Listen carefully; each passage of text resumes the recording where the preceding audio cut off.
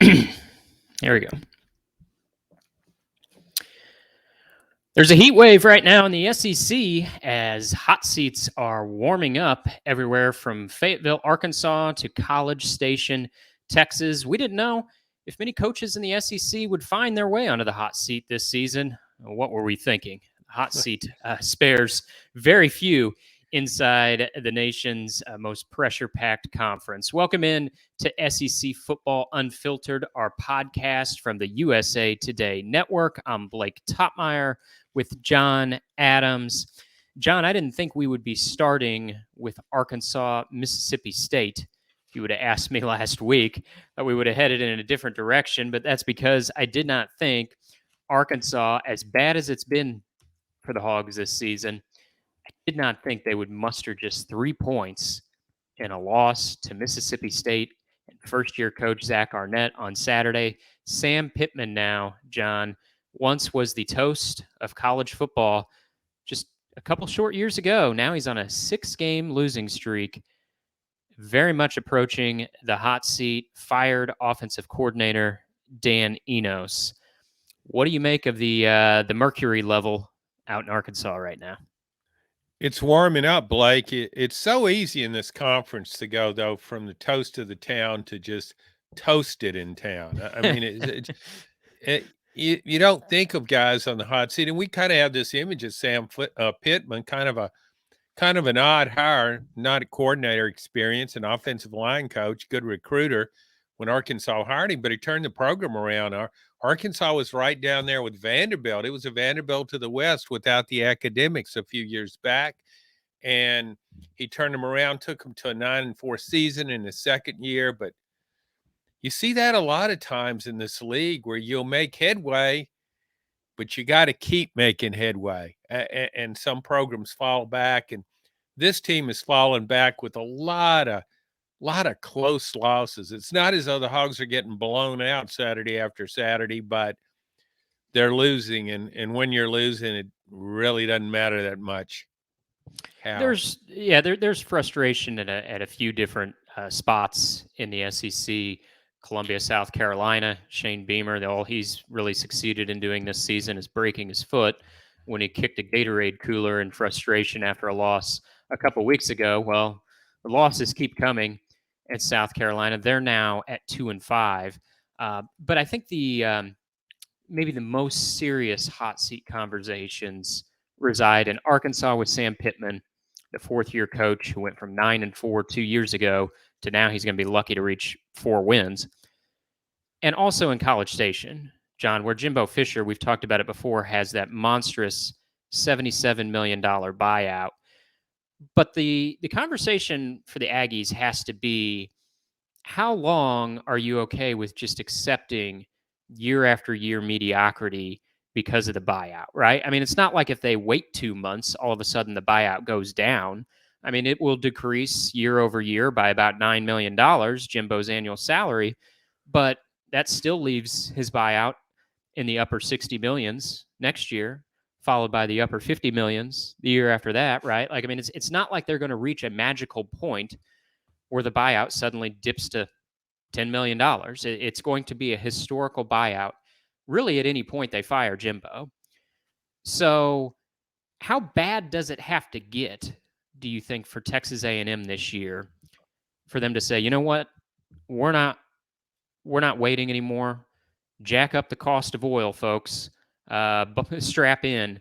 It's time to pass the hat, and those oil tycoons make $77 million disappear. How bad does it have to get, do you think, for Texas A&M to do that? They'll start drilling for oil behind the football stadium there at Kyle Field. I guess with ego comes into play here. I think if A&M goes 7-5, I think Jimbo will get fired, and that's not out of the question. But ego comes into play here, I think, with all these boosters, with all this money, because they're not only underachieving and not achieving what they'd hoped for, certainly when they hired Jimbo Fisher, but it's kind of a one big Aggie joke. You're paying this guy $9 or $10 million a year for this. Kevin Sumlin could have given you that, and he did give you that for half that much. So you're kind of the laughing stock. Jimbo just muddles through season after season, and here he is doing it again. I just think at some point those fans are going to get together, maybe on a conference call, and say, I got 5 million. You got 5 million. Okay. How about our buddy over here? He's got 5 million. All right. Get 15 guys with 5 million and you're almost there. Yeah, and when we say fans here, we're not talking about Mr. Joe Blow, who's living in a double wide. These are, Texas A&M, as much as any school, is positioned to make a buyout of this proportion disappear, right? Like they have a fundraising machine. We saw it a few years ago when they wanted to make renovations to Kyle Field. Their revenue just shattered what the normal ceiling would be. The money came flowing in. They have a very deep pocketed base of boosters, which drew the attention of Nick Saban a couple years ago as it pertained to NIL. But whether it be NIL, whether it be stadium renovations, or whether it be in this case what would be a buyout of just astronomical proportions, Texas A&M is a school that's historically been able to make things happen financially, if not on the field. So as I look at this schedule for the Aggies, John, they're at 4-3. I think 7-5 is probably the most realistic landing spot. They have a home game this week against South Carolina. We mentioned the woes of the Gamecocks. I mean, if Jimbo somehow finds a way to lose to lowly South Carolina, which just got trounced at Missouri on Saturday, I'm not sure there's a dollar amount in the world that could keep him employed come Thanksgiving. Maybe not come Sunday morning, right? But you would think they'll beat South Carolina. They also have home games against Mississippi State and Abilene Christian on the schedule. So that gets you to 7 if you win those 3. Now the swing games are on the road at Ole Miss, on the road at LSU. Maybe I have think too much of a fan base's patience or willingness to let this play forward to another year. But I sort of feel like if they get one out of those 2 on the road and get the 3 at home and finish 8-4, I think we might be seeing Jimbo next year. Do you think 8-4 would be enough to buy him into the 2024 season? And I guess how realistic do you even think 8-4 is when I mention those road games at Ole Miss and LSU? Well, I mean, I think A&M would be the underdog in both games. I think they have enough talent to win one of those games, though. But that's the thing; their talent rarely shines through under Jimbo Fisher. I don't think A&M would make the move at 8-4, but I wouldn't rule it out. And I think 9-3 seems extremely unlikely. I think you're right about that. So 7-5 is more realistic. But as we look back on that, Kevin Sumlin was fired over 7-5 seasons. Mm-hmm. That became sort of seemed to be stuck in that 7-5 rut. But it wasn't as though Texas A&M was a laughing stock for keeping him around. But that's now the case with Jimbo. What gets me about that team, I don't understand why it's as bad as it is. And the only thing I can point to is Jimbo. I look at the talent across the roster on the depth chart, and I know it's playing with a backup quarterback, but Max Johnson's pretty good for a backup quarterback. See a couple of future NFL wide receivers out there, and I think maybe 4 of those guys in defensive line are bound for the NFL at some point. So good linebackers. I just don't get it. Why is it this bad all the time? And I go back to last year, awful season, worse than this season, and lost 7 games, but then it beat LSU in the last game of the season, beat it soundly, and it just makes you wonder if it can do that, why can't it win more often? And you keep coming up with the same answer. Jimbo's just not the coach he was when he was at Florida State and won a national title. He just isn't. Yeah, and a point of clarity, John, it was actually an 8-5 rut that Kevin Sumlin was stuck in there. He had 3 8-5 years in a row, and then the first time he ever dipped to 7-5, boom, he was out the door. Now, of course, his buyout was much cheaper. That's, we talk about the salary growth in college football, really even more so than the salary growth, the stunning, I guess, fiscal irresponsibility is the growth in buyouts. Yes, salaries are increasing, but you look at buyouts today as compared to what they were, even 5, 6, 7 years ago. They've what is the word for 8 times more? You go from quadrupled up on twice quadrupled, right? I Maybe mean, it's they're maybe it's octupled. octupled. Yeah, buyouts have like What? octupled in a span of of 8 years, right? I mean, that's and Jimbo's salary was sort of at the forefront of that, right?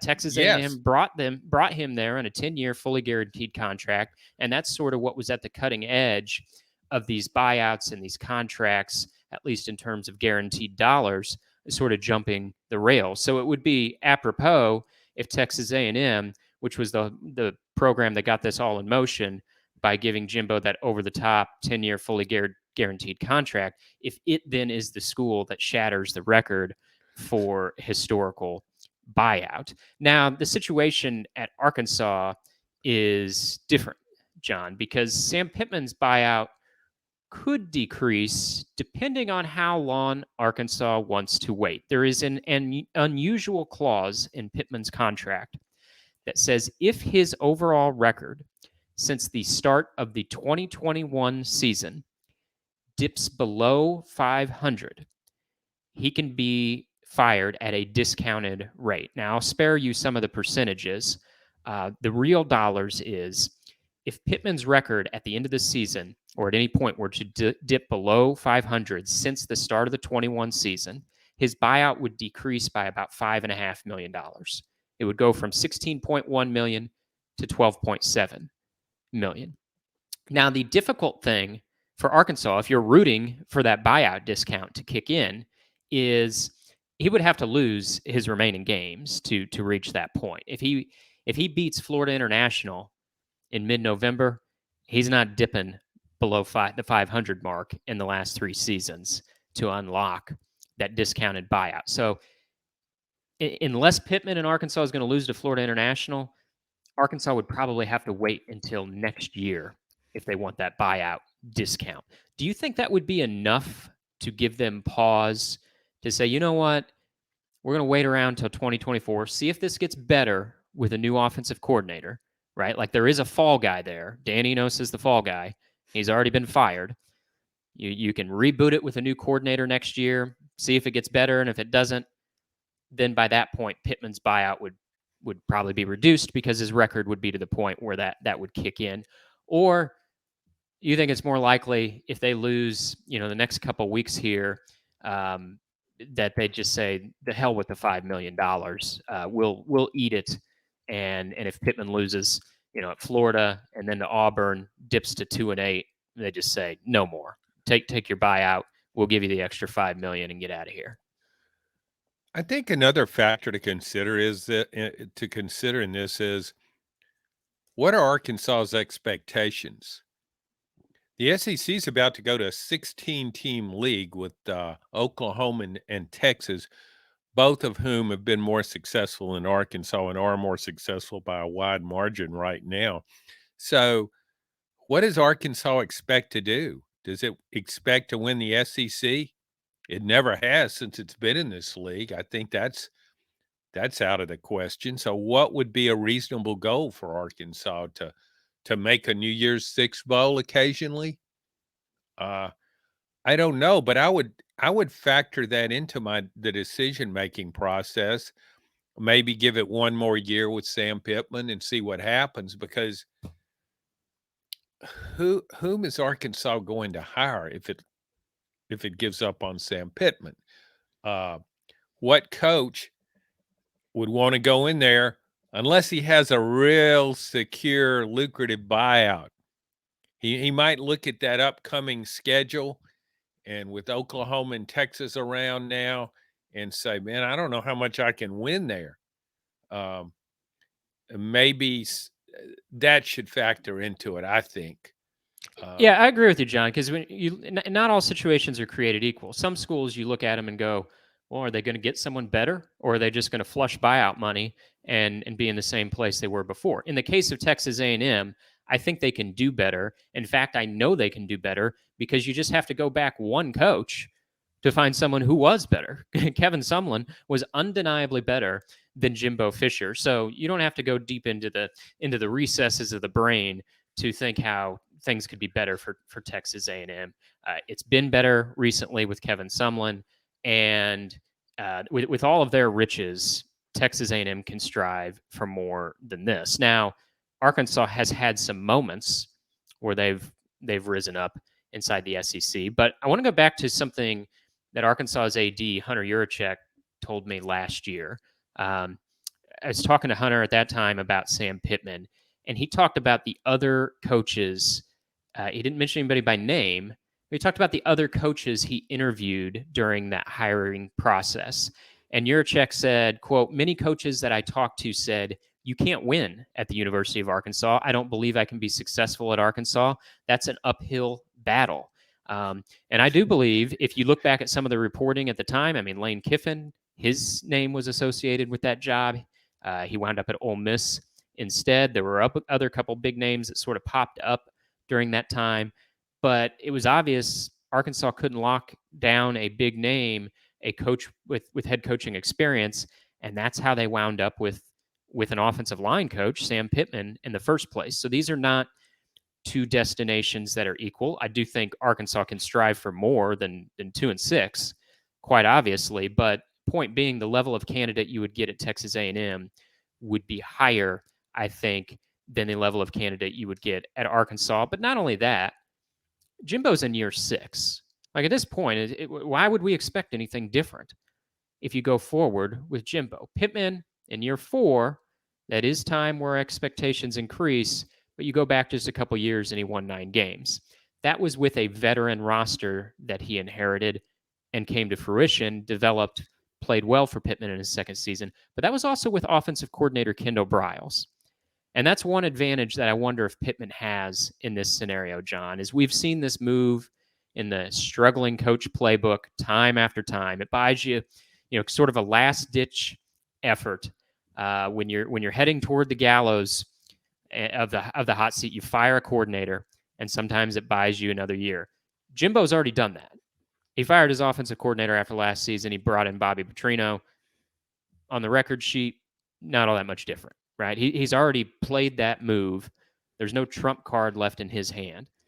But this is Pittman's first time playing this card, to fire the coordinator and make them the fall guy. I wonder, especially if Arkansas can get a couple more wins here, polish this turd up a little bit, you keep pumping that narrative that it was all Dan Enos' fault and Pittman will make a better hire this time around, if he's not able to buy himself another season with that. Yes, I think that's the right path for Arkansas at this point.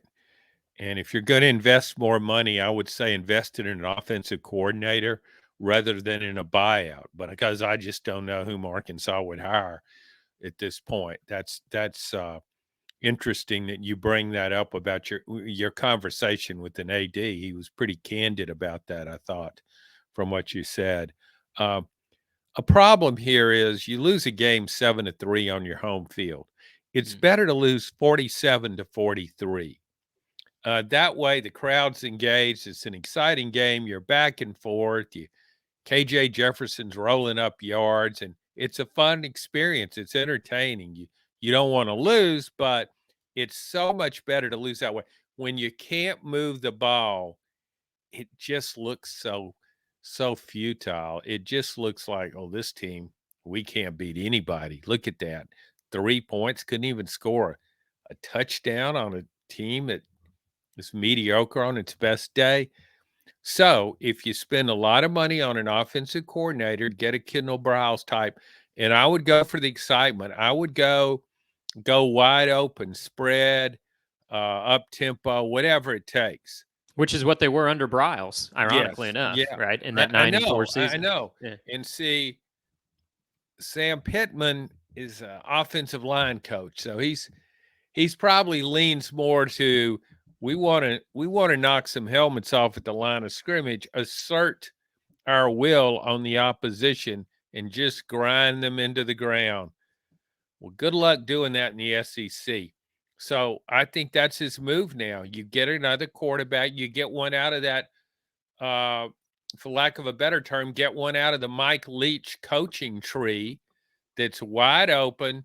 And maybe you don't believe in it that much, but you don't believe you want to get fired either. So to me, that's your play, and you get fans excited. If you hire an offensive coordinator whose offense is scoring 40 points a game, then there's hope, there's encouragement that, well, at least will be more fun to watch. Mm-hmm. So that to me is Arkansas's play at this point.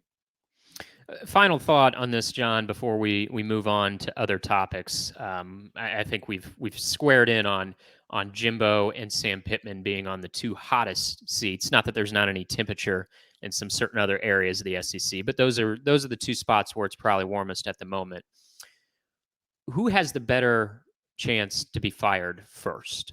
If you had to pick between one of these two guys, who's being shown the door first, Jimbo or Sam Pittman? I really think Jimbo, because I think he could go 7-5.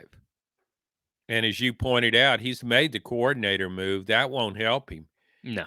He's way out there on a limb now, and there's nobody coming to his rescue. There's no one to call. No,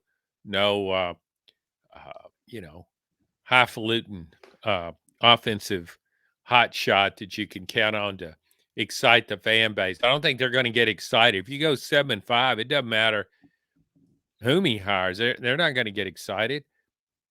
It's on Jimbo now, and I just think A&M is a team that should aspire to win that to win a national championship. It has everything it takes, everything, and particularly in the NIL era. And to go 7-5 is just unacceptable. And maybe you can find 77 former Aggies to give $1 million apiece, and you can bid Jimbo adieu and move on. All right, we are moving on to other topics here today, John. It's a bit of a weak schedule this weekend, and I know sometimes when we say that, that's when things are ripe for upsets. But there's a cocktail party this weekend with Georgia, Florida, and Jacksonville. I'll be covering that game for the first time. I've never, in my travels, I've never covered the cocktail party. I know you have. What should I expect from the scene and the setting there in Jacksonville this week? Well, it's you'll pretty much you can expect to see a very sober crowd. I'm just kidding. I mean, it's a cocktail party for a reason. Yeah, I was in Jacksonville as a columnist in the mid '80s, and both teams were having. Florida was having some downtime, but then Georgia was kind of rolling. But the main thing I remember about the rivalry there at the stadium in Jacksonville after a Georgia victory, the sheer weight of the crowd pushed down a wire fence, and they came onto the field. And I remember one member of the Georgia faithful on his knees munching on the turf there at the stadium. So as one does, as any dog will do when he's nauseated. So yeah, so that was yeah, that's a good atmosphere.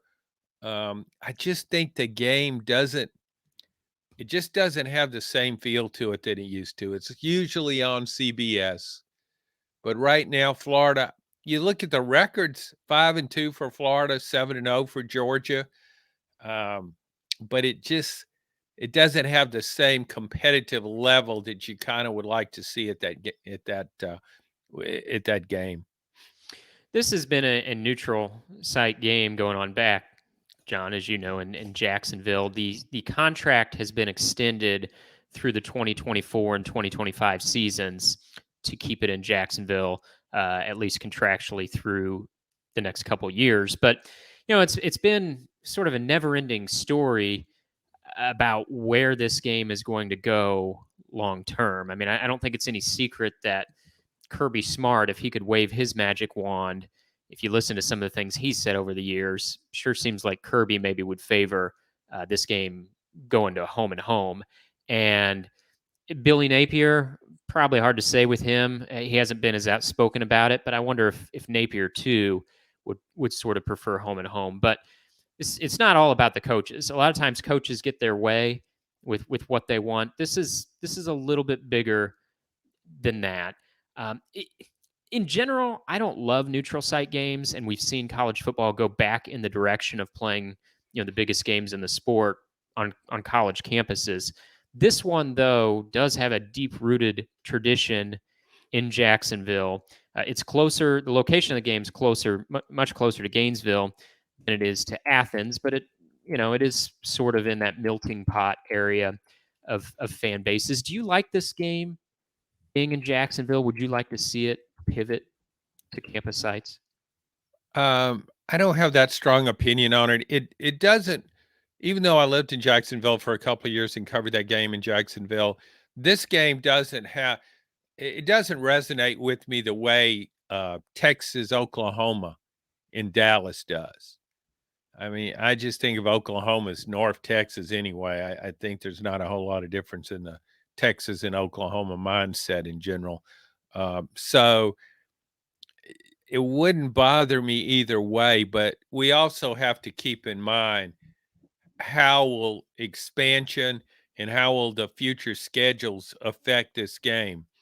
Um, I kind of think it will end up being played on the two campuses. I think at some point it does too. I don't know if that'll happen by 2026 when this current contract. I don't know the timeline of it, but if we're sitting here 10 years from now, I think we're talking about the cocktail party still being played every year. I think this is one that the SEC will preserve no matter what schedule format they go to. But I sort of think it at some point moves onto campus sites. As it pertains to Georgia, John, we very briefly touched last week on the ankle injury to Brock Bowers, one of college football's top talents. We've talked about him at length before. He does much more than your normal tight end. He's one of the best players in the country, regardless of position. He's going to be out for several weeks. When he returns is a little bit unclear. We know he won't play in this game. Coming into the season, when I looked at Georgia's schedule, I was looking at like mid-November when we would start to learn more at least about whether Georgia is a contender or pretender, because their September and October schedules was complete cake. I mean, they were just eating bombs for 2 months, right? But now there's this 4-week stretch that I think even expands beyond mid-November. Florida, this is not a great Florida team. It is a rivalry game. Florida's 5-2, and Graham Mertz is playing pretty well. Then you have number 16, Missouri, who I talked about Arkansas being the toast of college football a couple years ago. Now it's Eli Drinkwitz. He has Missouri at 7-1. They'll go to Athens in a couple weeks. Missouri's off this week, and reputation goes. You don't want to face Eli Drinkwitz coming off a bye week, or did I just make that up right now? You just made that up. and then on the heels of Missouri, Ole Miss, which is sitting with just one loss to Alabama, they go to Athens, and then road game at Tennessee. So this is a pretty defining 4-week stretch here, I think, for Georgia.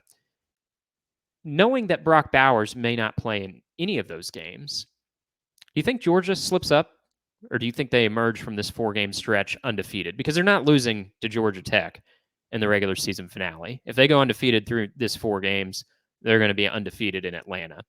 Do you think they get to Atlanta undefeated, or do you think they drop one out of the next 4? If I had to predict, I would say they drop one. I can't say which team would do it, which team would pull off an upset. Even at the start of the season, I just didn't think Georgia could win 3 consecutive national championships. There's a reason nobody's done it since the 1930s. And I wonder how tough Minnesota's schedule was in those years when it won 3 straight. I just think it's so hard to do that. So many things have to go right, and something has already gone terribly wrong. The loss of Brock Bowers, I almost think Georgia could withstand a loss of a quarterback better than losing Brock Bowers. Carson Beck has played well, but Brandon Vandegrift is He's a highly touted recruit. He stayed with Georgia. He knows the system. He's been okay in reserve roles. He's a better runner. And even Gunnar Stockton, the third guy, was very highly recruited, a top prospect. But and I don't know of any other team in the country I would probably say this about, but I just think Brock Bowers meant so much that offense. He's the one guy that opposing defenses say, okay, what will we do about him? That's the first order of business. What can we do about him? And most teams are frequently cover him. In Georgia has done it, did it first 2 years. It's done it again this season with a different coordinator.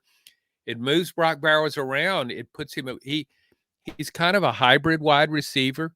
He get out. I hadn't seen him caught from behind. I can't remember seeing that. He runs like a wide receiver. He runs like a running back. I'm convinced he would be Georgia's best option as a short yardage running back. So all those things and all the scheming it requires, I think that's a big loss, and I think it will cost Georgia. I would be surprised if he played the rest of the season. I mean, maybe he'll get ready for the bowl game. This is, I think it was called a high ankle sprain. Isn't that correct? Yeah, Is and he's that had the tightrope surgery that we've seen. Um, I'd never heard of tightrope surgery like a decade ago, but tightrope surgery, I believe that's what Tua Tagovailoa had it a few was years ago. Yeah, and it's supposed to. Cedric Yeah, Tillman, the wide receiver, all SEC wide receiver at Tennessee, both had it, and they say that expedites healing. But Tua was not the same guy for quite a while after that. Cedric Tillman never was after that the rest of the season. I know high ankle sprains take a guy out a long time, but I just don't think that's a cure all. I just think, and even if he comes back, do you really want to risk if he's not 100%? Do you really want to risk playing him? I think it Maybe you depends do. on what's on the line, right? If Georgia could make it to the college football playoff, and Brock Bowers feels like he's healthy enough to play, well, what's on the line? A national championship. I think you could see him coming back and playing at that point. I mean, if you're headed for an also ran bowl, a Cotton Bowl or something like that, well, then maybe it's no offense to the fine Cotton. folks in Texas, but that's not part of the college football playoff this year, right? So I think it depends on what the stakes are. And by the way, John, you threw a bit of a cheap shot at the 1936 Golden Gophers who three-peated, and Uh-huh. I've got the rebuttal for you here. Okay. This was the 1936 Minnesota Mhm. schedule. No cupcakes on this one.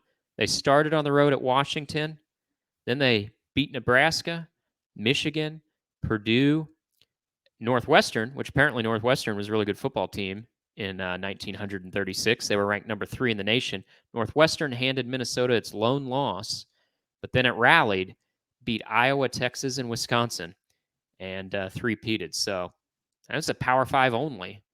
I Didn't have the apologize turn. to Eh, I apologize to the Gophers, and if they were that good in the 30s, I wonder what has gone wrong since. It's mhm. That'd be a deep unfortunate dive, for the a deep dive for another episode. well, yeah, we'll explore that in another time.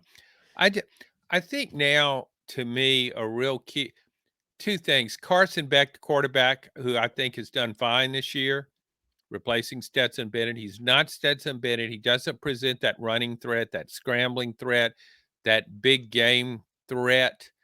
But he's played well and he let it come back against Auburn. But his safety valve has always been Brock Bowers. That's whom he went to when the game was on the line against Auburn there at Jordan Hare Stadium. Then, um, then it becomes incumbent on the other wide receivers to step up. Lad McConkey to me becomes the key figure now in the offense. He's got big play potential. He was hurt for most of the first part of the season, but he's gotten back into the playing rotation. Assuming he's healthy now after an open date, I look for him to be the main guy. Completely different type player than Brock Bowers. He can do all the things he can do, but those wide receivers now really have to play better. And Georgia does have does have another tight end who's not bad. The sophomore, what's his name? Is it Oscar? De La What's the tight? Hoya. Uh, who? What did you say? No, Oscar It's Della. Oscar Delp. I said Oscar De La Oscar Hoya. I Delp. was Yeah, just joking. I Yeah. actually saw Oscar Della Hoya get cheated out of a gold medal in South Korea in the Olympics a long I thought time you might ago. have a good Oscar De La Hoya Yes, I thing. I do. figured I'd serve you up I there. can see. I can still seeing the judge hold up the North Korean boxer's hand as Oscar De La Hoya looks over there at him with this bizarre what? How how can that be? I beat the guy to death. He's winning the fight. I'm surprised the guy didn't keel over before he was getting the gold medal. He was so beaten down. But Yeah, but anyway, the tight end in question, yes, yeah, is Oscar Oscar Delp. Delp. Yeah, I think he can't do the things Brock can, but he's a good player. I so it's not as though they're barren. I don't think Georgia's barren at any position. They've got good players all through the depth chart. So maybe everybody will step up and maybe this is a challenge to Kirby Smart's motivational ability. We've seen him motivate his teams in big games, and I think now his message to that team is, you know what, we've lost, but we're not a one-man team, and you need to prove it, and you need to prove it for Brock because we want him back when we're playing for a national championship. You got to get him to that game. So Yeah, and you that just was and you just talk as if Bowers is going to be back, and so he's sitting yes. there hearing like, oh, I guess I'm coming back. No. uh, John, as you mentioned, you think they're going to? I don't know how much conviction you feel in this, but you think if you had to pick, you think they lose one out of the next four. Now, you didn't want to pick a team, but I'm not letting you off the hook.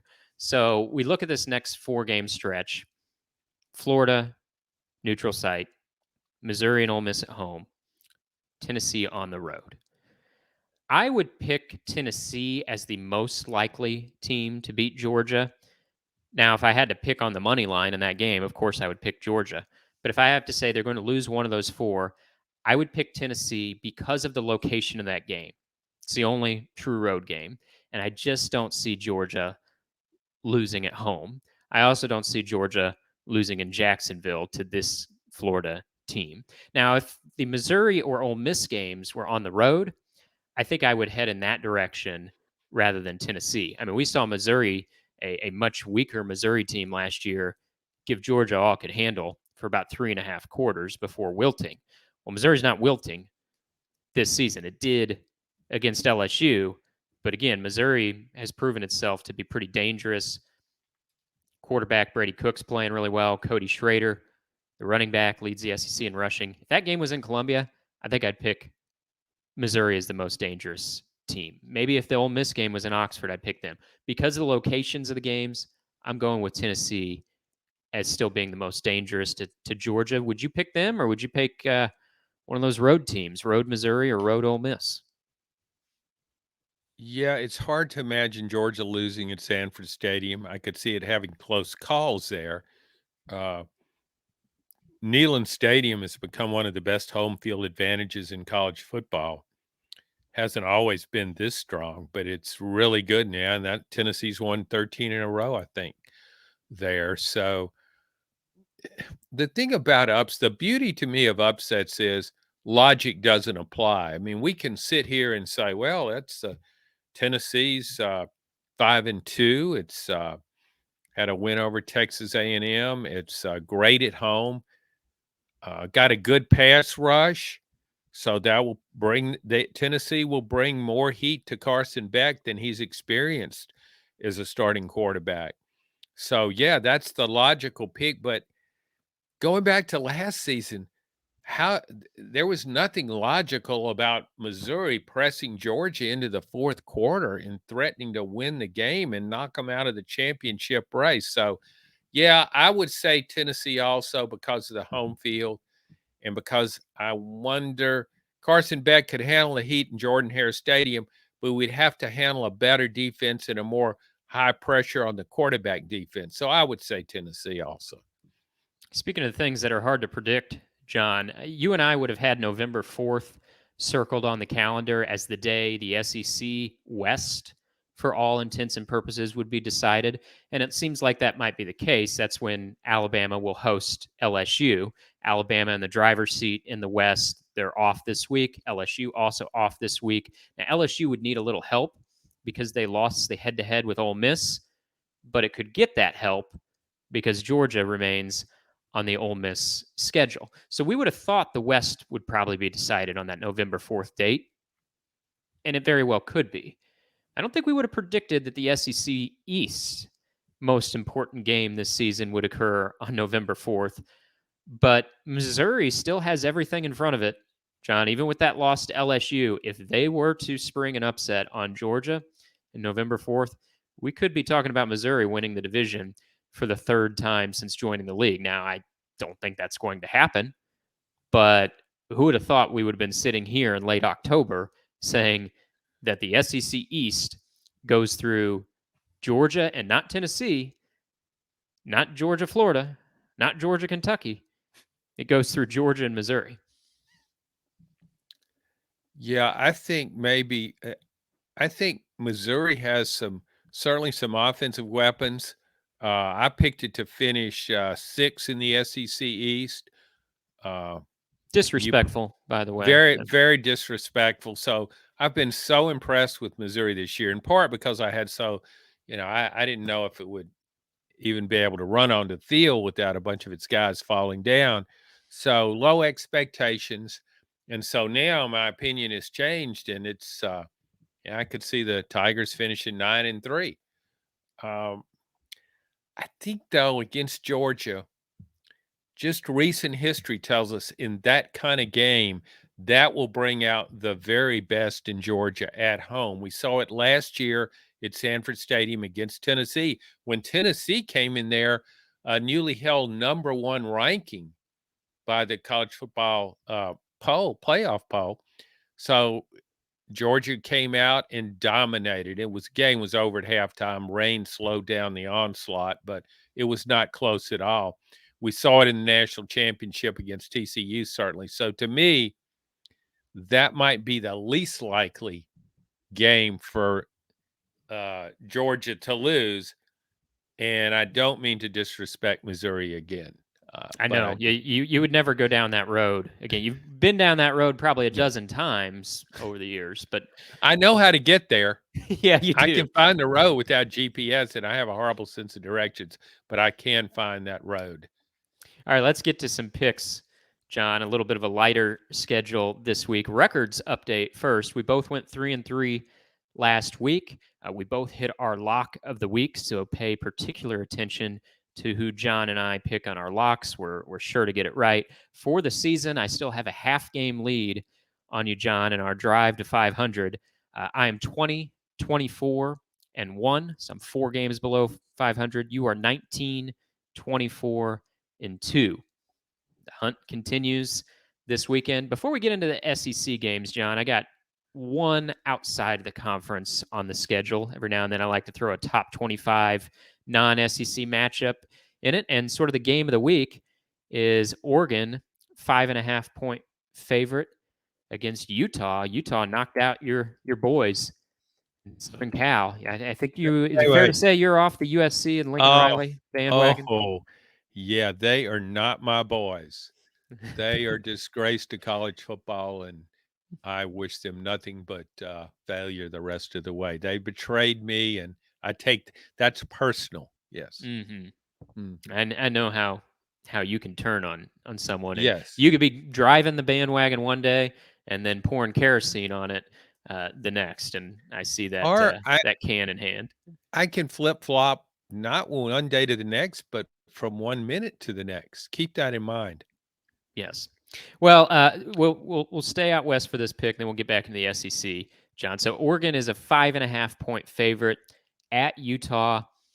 Utah's a hard team to pick. I watched them earlier this year against Oregon State, and just an ugly game to take in. Utah could do nothing right in that one, but otherwise they've been pretty good this year. They were good against Florida, good against Southern Cal. I don't know. This feels like a letdown though after the win over the Trojans. I think Oregon's pretty good.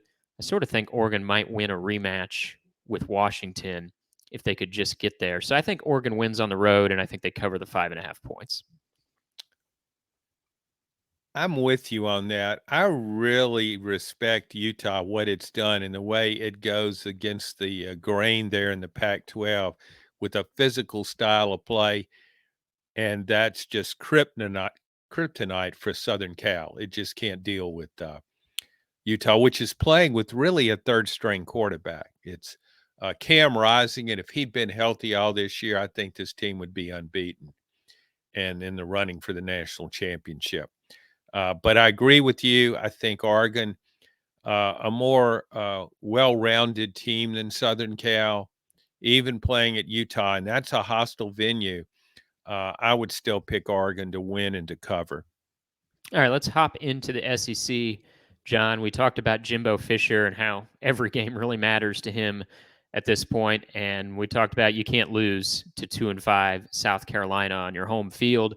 That may surpass losing to App State last year on its home field as Jimbo's worst loss. And if you don't think that's true, just watch South Carolina play for about an hour, and you'll see what I'm talking about. So Texas A&M, 14-point favorite at home against the Gamecocks. Who are you taking here? Well, it's South Carolina. It just seems to be worse by the week. I don't know how quarterback Spencer Rattler stands it, but he keeps coming out there. He keeps playing the game. I would have left a few weeks earlier, gotten ready for the NFL, talked a lot to my agent, but he's still out there. So I guess he gives South Carolina somewhat of a chance, but I still like A&M. I just think South Carolina is really bad. Neither team has a very good offensive line, but A&M does play good defense. So, and South Carolina's defense, I think, is declining as we go along. So I'll go with A&M. I will too. I have a hard time seeing many scenarios at this point where South Carolina doesn't get routed. And in fact, John, if we were to do some really impromptu SEC power rankings, normally Vanderbilt has that spot under lock and key. But conversation's getting a little more crowded for the seller in the SEC power rankings at this moment. And South Carolina would be somewhere in that conversation. I don't think they'd be in the number 14 spot, but they're in the dialogue at least. You take Spencer Rattler off that team if he decides, hey, guys, it was great playing with you. I appreciate my NIL deal, but I'm moving on now. He leaves, and this team is 14th. All right, moving on to the game I will be at, a cocktail party. Georgia is a 15.5 point favorite over Florida. I'm going Florida here, John.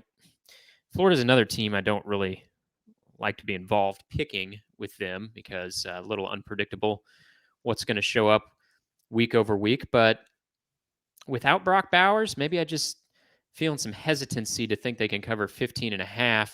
Might need to see it to believe it. And the Gators they're not always pretty, but they've found a way to get to 5-2, sort of against all odds. So I'll say they find a way getting the 15.5 points. Georgia wins by 2 touchdowns, so I'll take that extra 1.5 for Florida.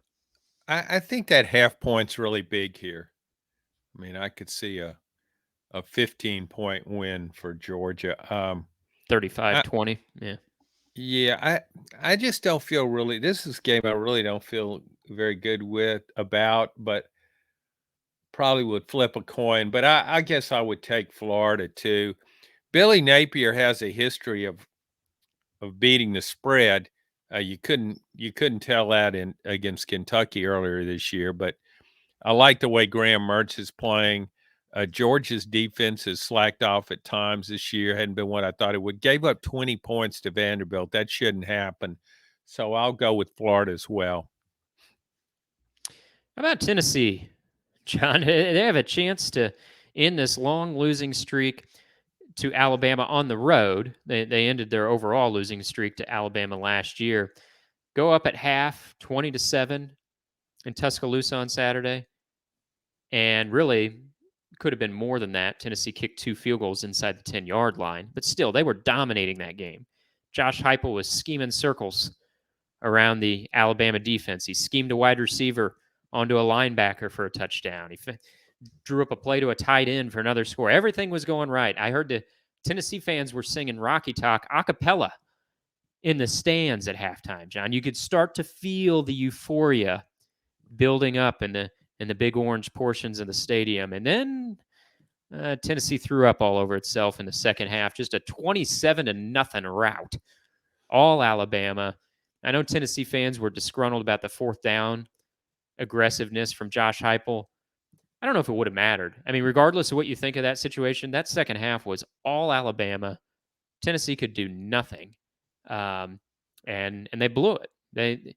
There's not going to be many opportunities where Florida's more beatable on the road than they were this year, and Alabama's more beatable on the road than they were this year, and Tennessee blew it against both of them.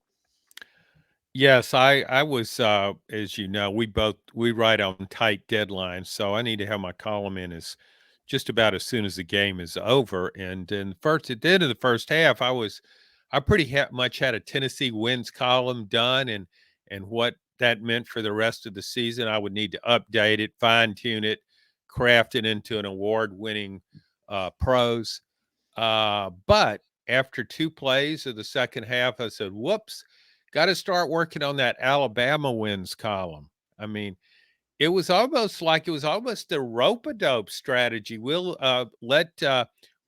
dupe Tennessee into believing it actually has a chance to win this game and light up the victory cigars, and then we will absolutely pummel it, and that's what it did. A total domination. That series, Tennessee hasn't won at Bryant-Denny since 2003. And that second half is about as bad as it's been for Tennessee there. Just total annihilation. So now, this week, Tennessee looking to lick its wounds, and it's playing an opponent that historically it's had its way with. They're 3.5-point favorites at Kentucky. Tennessee's struggles, they've really struggled on the road during Josh Heupel's tenure. As you mentioned earlier, they've been great at Neyland. However, I'm not real impressed with what we've seen from Kentucky lately. And I'm going to take Tennessee to cover the 3.5 in Lexington. Yeah, I would probably take Tennessee to cover. You gave Kentucky 10 more points.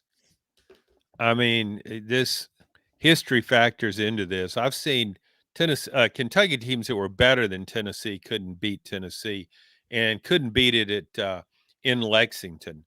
It just, in this series, it's one of those series where the Wildcats strain themselves and do everything possible to find ways to lose a game, and their coaches are also a partner in that.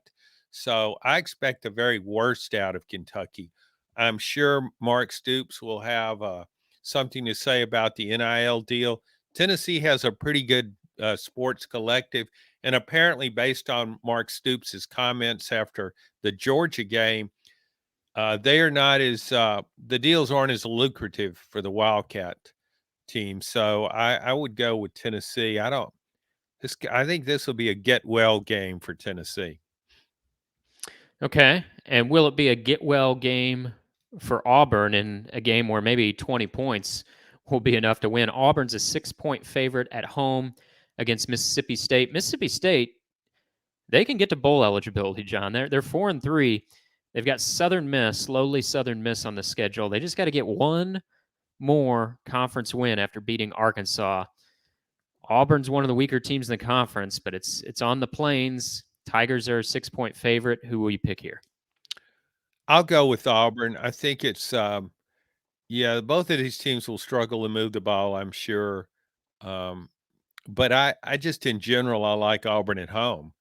And I think in preseason, I really had a hard time, and I went back and forth on this and thinking, who will be the worst team in the West? Auburn and Mississippi State, back and forth. It depended on the day, I would say one or the other. I guess now I'm thinking it's Arkansas, but yeah, I like Auburn here to cover the spread.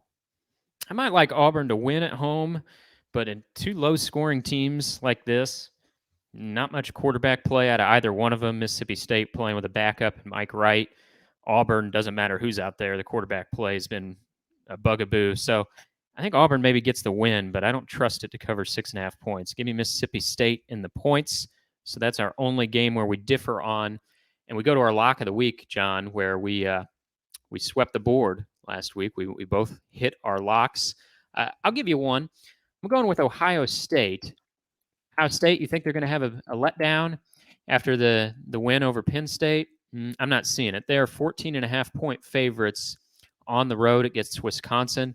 Wisconsin had all it could handle from Illinois last week. Wisconsin's playing a backup quarterback in Braden Locke after the injury to Tanner Mordecai. So I think Ohio State's maybe coming closer to hitting its stride. Just 14.5 points to cover. I think they'll do it. Yeah, I agree with you on that. And remember what I said a few minutes ago about how I can go back and forth on teams, not in a matter of days, but in a matter of minutes. That was foreshadowing. My boys, Southern Cal, that's my lock of the week. I'm back with the boys, giving, I think, 11 points to Cal. I see 10.5 here. You 10 only, and a got to half, cover good. 10.5. Even better Let's for you. Oh, it's even better. Yeah, I just think this is the kind of game Southern Cal will. I think Caleb Williams will have a big game. It's nothing's on the line here, but Southern Cal likes to put on a show, and I think it can put on a show against Cal. All right, John's back on the SEC, the USC bandwagon, just like that. The fans in Arkansas and Texas A&M, they got off the bandwagon a long time ago, and I don't know if they're going to be getting back on anytime soon. We'll keep an eye on the hot seat. Enjoy the games this week. We'll be back with you next week on SEC Football Unfiltered.